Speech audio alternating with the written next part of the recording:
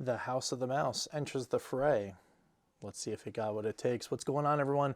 It's Rich Haywood here for Bacon Ice Cream Productions and Team RTFC, welcoming you to yet another episode of Good Times with Retro Rich. Yeah, that's right. That's right, I did say it. I said the House of the Mouse has entered the fray. That's right.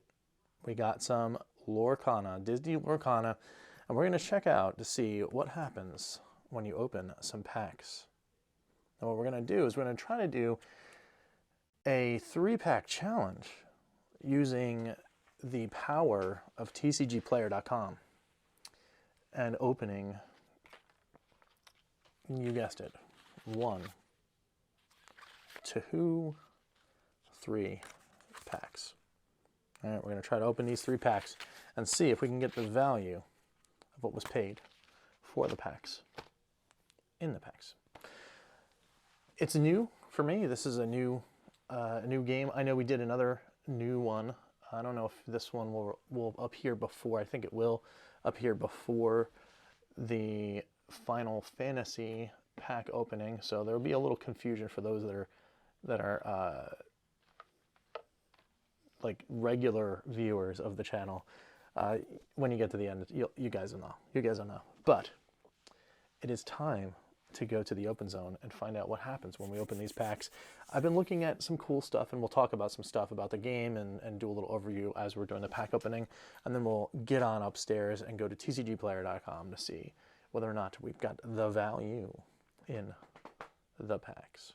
So let's go. All right, guys, first things first.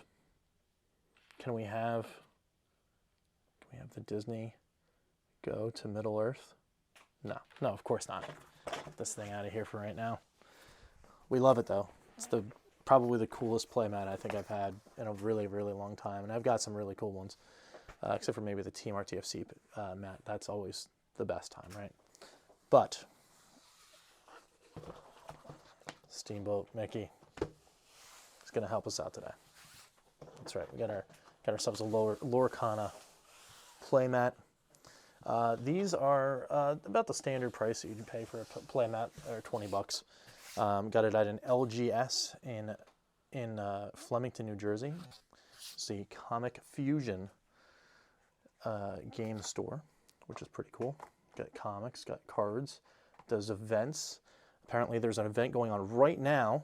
Got a little full for the Lorcana. I wasn't able to get into that one, but I'll be looking up some more. So if you're in the Central Jersey area and you're looking to play some Lorcana, that's probably a good place to find where to go there. So we've got the packs. We got it in the 3-pack challenge on right now. Let's go open up pack 1. We're gonna do Mickey, Maleficent Mickey. All right. And so yeah, so I watched a whole bunch while I was in Punta Cana about Lorcana because I knew the events. This is the opening weekend for this game. It's LGS only. There's a little was that Elsa on the pack there? So this is opening weekend, so you can go and playing. The way that they're doing it is they're playing starter decks only in a lot of places. That was the recommendation from I guess this Ravensburger who makes this game. There's this we'll see that little blue thing right there. This guy right here, if it can. There you go. See, Ravensburger. There you go. So it also says right there, each player needs a 60 card deck of Disney Lorcana cards to play, and the first chapter contains over 200 cards, just over 200 cards, 204 plus some like specials. I think they call them enchanted cards. There's all sorts of different, there's the standard rare, common, uncommon, all that kind of stuff, right? So this symbol right here, and I'll see if I can get some, like maybe some graphics or whatever, if we're going to do this a lot. That's the common symbol. So this is a common card, Healing Glow. We'll move these over here. So another common, the Wardrobe. A common, Duke of Weselton. A common, Maleficent. A common, Aladdin, Street Rat. A common, Break, action card, and this is the uncommon symbol, uncommon, Dreamborn Tamatoa. It's like that thing from Moana, right? It's another Moana card, an uncommon Grandma Tala. Hey, uncommon Mickey Mouse. Look at that. That's pretty cool. I'll take a Mickey Mouse right there. And this is the rare symbol right there, the triangle. See, rare Maui. It's cool. He's in the starter deck, so I know I'm going to get another one of him, but that's pretty cool. There are 2 rare slots per pack, and there's the second rare. It's Hades of the Underworld. There it is. I think he's in one of those packs too, the starter deck or whatever. And then you've got this guy here is your shiny, and you can kind of tell that there's a little bit of a sheen there. It's also a rare, so that first pack is not bad. Not bad. 3 rares in the pack, and one of them is the foil here, Captain Hook. And then this thing here is like your art card series in for Magic the Gathering. And then in the back, yep, there's some kind of a QR code. I'm not exactly sure what it is. Check out the thing. Oh, it just goes to the website, so here you can screenshot that and go to the website if you want to learn more about the game. And there it is. So I'll put the art card over there. And then, so we've got our rares. They're hanging out. So we'll do the rares, the commons, uncommons like that. And then if we get some other cool ones, they'll be in the center on the bottom right there, right here. That's how we'll do that for these openings. Okay, cool. So, and our rules are if the rares can get you there in the value, that's what we're going to look for. So the Maui, the Hades, and the Captain Hook, can it break the value line of the pack? The value line of the pack is $6, between $6 and $7, depending on where you're buying. For what I'm hearing, I bought these for, I think it was $6 a pack. At that LGS, could have been $6.99. I'm not too sure because I bought the playmat with it. So, and all in all, I think it was just under 40 for everything. So if you just want to do the math on that, just under 40, probably be $6.50 maybe. All right, so there we go. There's a Maleficent pack with the Maleficent pack. All right, put that over there and get into this one. Let's see what we got. So gameplay on this is pretty simple. You build a 60-card deck. You've got 7 cards to start. You have casting costs for your cards. And your goal is to collect lore.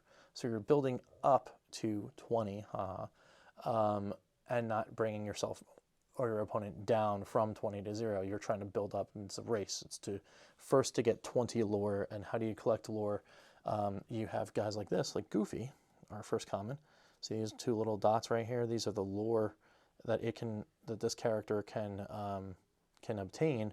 And as long as it is out for a turn, they call it whether or not the character's ink is dry, because you play as a Lumineer, and you are painting your story, I guess, or drawing your story or whatever.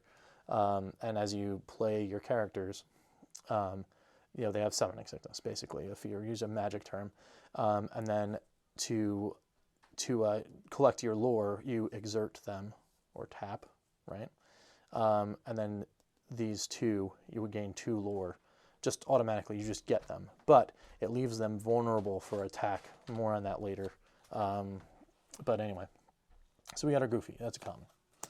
We got a Hakuna Matata. This is a song, which is a action that can be played for its casting cost, which is this, or you can tap somebody that costs 4 or more, that you can have them sing the song by exerting them, and then you play it for free, which is kind of cool. But you're not really playing it for free because you're exerting the character. Again, more on that later.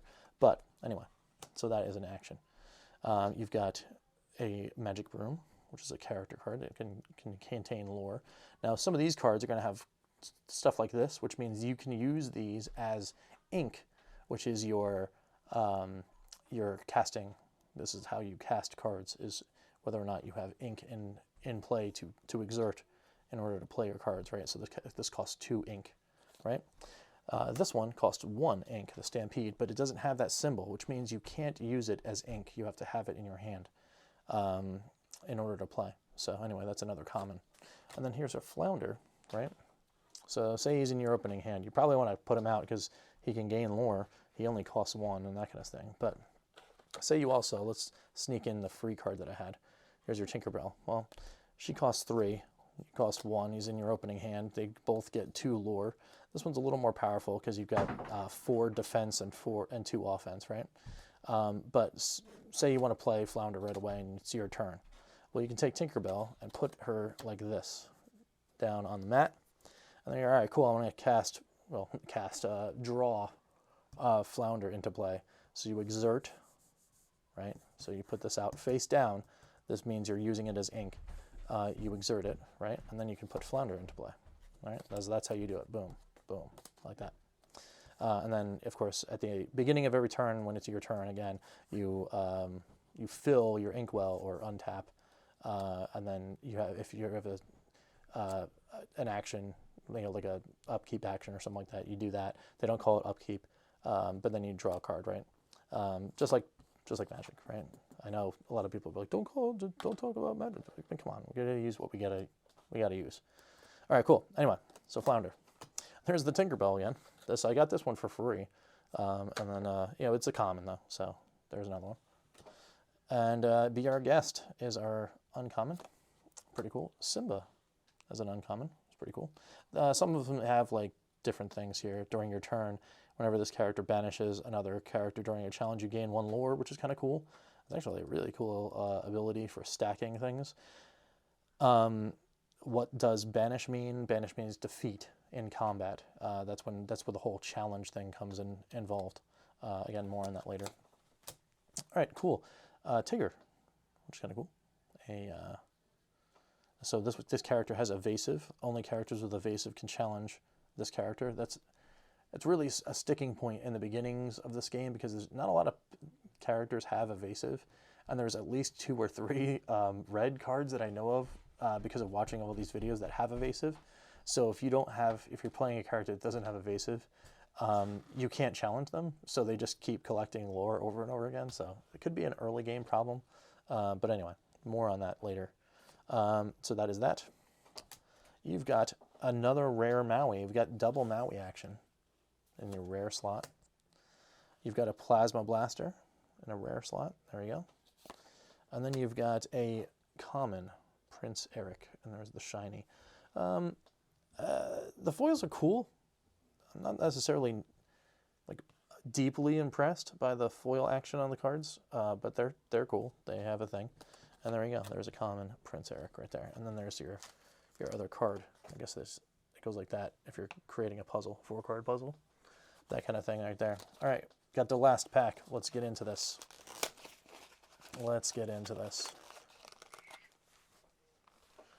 So we're going to get into this here. Bam. All right, Mickey on Mickey. Let's see what we got. Let's see what we got in this pack. What else we got in here? So get in the comments too if you want to let me know if you guys want to hear more about this thing, how to know how to play, or see more cards, do more 3-pack challenges, that kind of thing. Friends on the Other Side is the first common out of this pack. Megara is another common. Get some more Flounder action, some more Flounders. Sergeant Tibbs, there's another one right there, is common. Dinglehopper. This one can be exerted to remove a damage from a chosen character. That's kind of cool. For 1, not bad. Okay, if you have no cards in hand, draw a card. That's pretty cool for late game. Beast Mirror right there is a common. Got Lilo as an uncommon.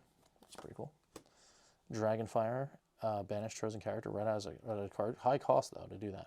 As the uncommon right there. All right. Then you've got an uncommon Sven right here. And then we got your rares. Here's your rare slots. Jafar, that's the rare right here. That's pretty cool. This character gets +1 attack for each card in your hand. That's not bad. You've got the Sword of Truth. So there we go, as a rare. And then you've got a, ooh, what is this one? I'm pretty sure this is a super rare and a foil. Super rare foil Aladdin in the last pack. This is one also is called Floodborn. There's Floodborn and Dreamborn. That means that these arts are arts that were not in the movies, or we weren't taken. These were actually drawn by the artists that made the cards. That is really cool. And then you get another one of these. That's the double of that.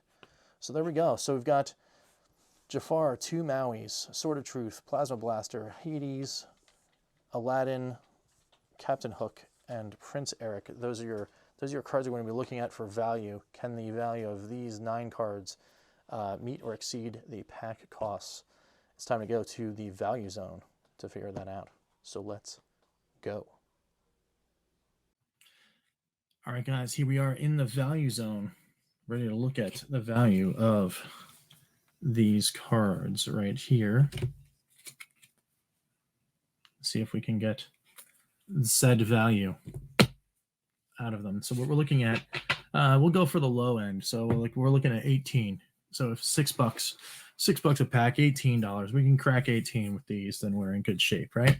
So let's do it. We've got our calculator ready to rock. And I'm going to go to, not that website. I'm going to go to tcgplayer.com and look up some Lorcana. All right, first chapter. There we go. Okay, so I'm going to get the Control F on there. And we're going to go with Aladdin.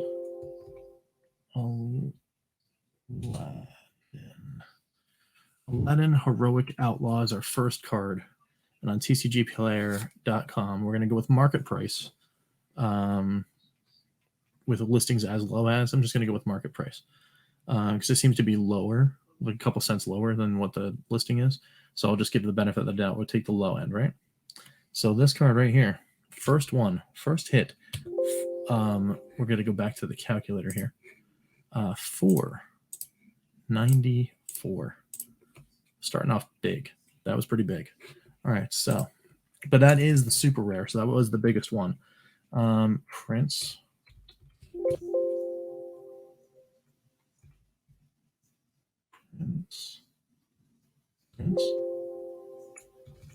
No, maybe Eric. Nothing.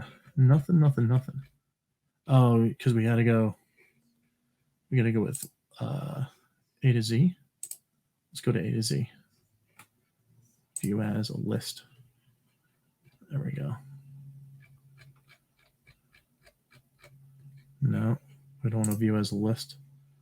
We'll go to view as this way is fine. A to Z. So we're gonna have to like clip around here to see what we can see here. It's unfortunate because yeah, like we don't have the magic of the other one. So we'll go. We'll find it though. So it's not going to be probably pretty big, is what I'm looking for. What I'm looking at. So Prince Eric, as a common only, yeah, 8 cents, even though it's foil. So we're just gonna 8 cents. There we go. We're at $5. Captain Hook. So let's go.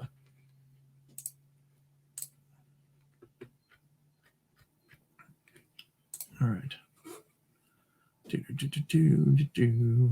Captain Hook. Thinking a Happy Thought, 95 cents for this rare. Even though it is the foil, I'm going to only do the other thing. So Sword of Truth is where I'm going for next. Actually, you know what I should do? I should put these in alphabetical order. So we'll go Hades, Jafar, Maui, Plasma Sword. Okay, cool. So Hades is what we're going to do next. Hades.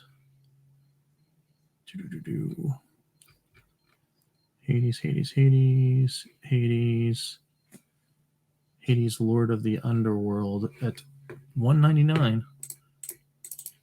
All right, so that's not bad. Plus, I hit equals, didn't I? Darn it. Darn. Okay. Plus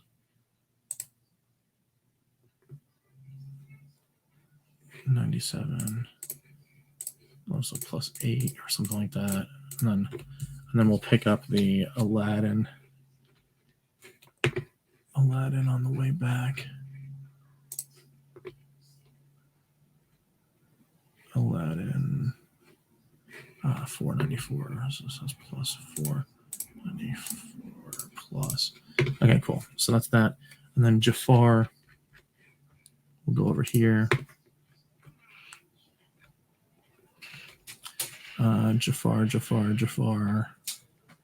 Jafar, Keeper of Secrets, 374. Not bad. All right, so we'll plus that. And then we got 2 Mauis coming up, one right after another. So let's go and check out that going on. Maui. There we go. So we got Maui Demigod and Maui Hero. Wow, what a difference. Okay, so we're going to do Maui Demigod. This is the first one. That's the one that comes in the starter deck. That's, check this out, 47 cents, right? Plus Maui Hero to All, right? So we got Maui Demigod, 40-something cents. Maui Hero to All. Ready for this one? $8.89. Blammo. Okay, and then we got Plasma Blaster. That's next. We got Douglas Hyde in the background. It's pretty good. This is a fun one. 60 cents for the Plasma Blaster. Okay, so that's that right there. And then you got Sword of Truth. Probably not looking like a good one either. I don't know what's going on in the background. He's going to want to be playing some stuff, which is fine.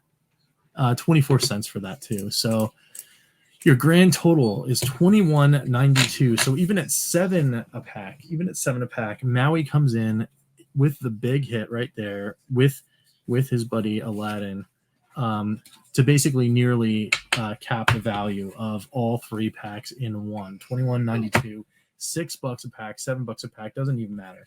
What do we say here? We say blammo, right? We say blammo on the value. So that's pretty good. So anyway, that was the 3-pack challenge. We did find the value there. Will I be doing more? You know what? Probably. A big part of that is, what do you guys think, though? What do you guys think down below? Let me know down below in the comments. What do you guys think about this?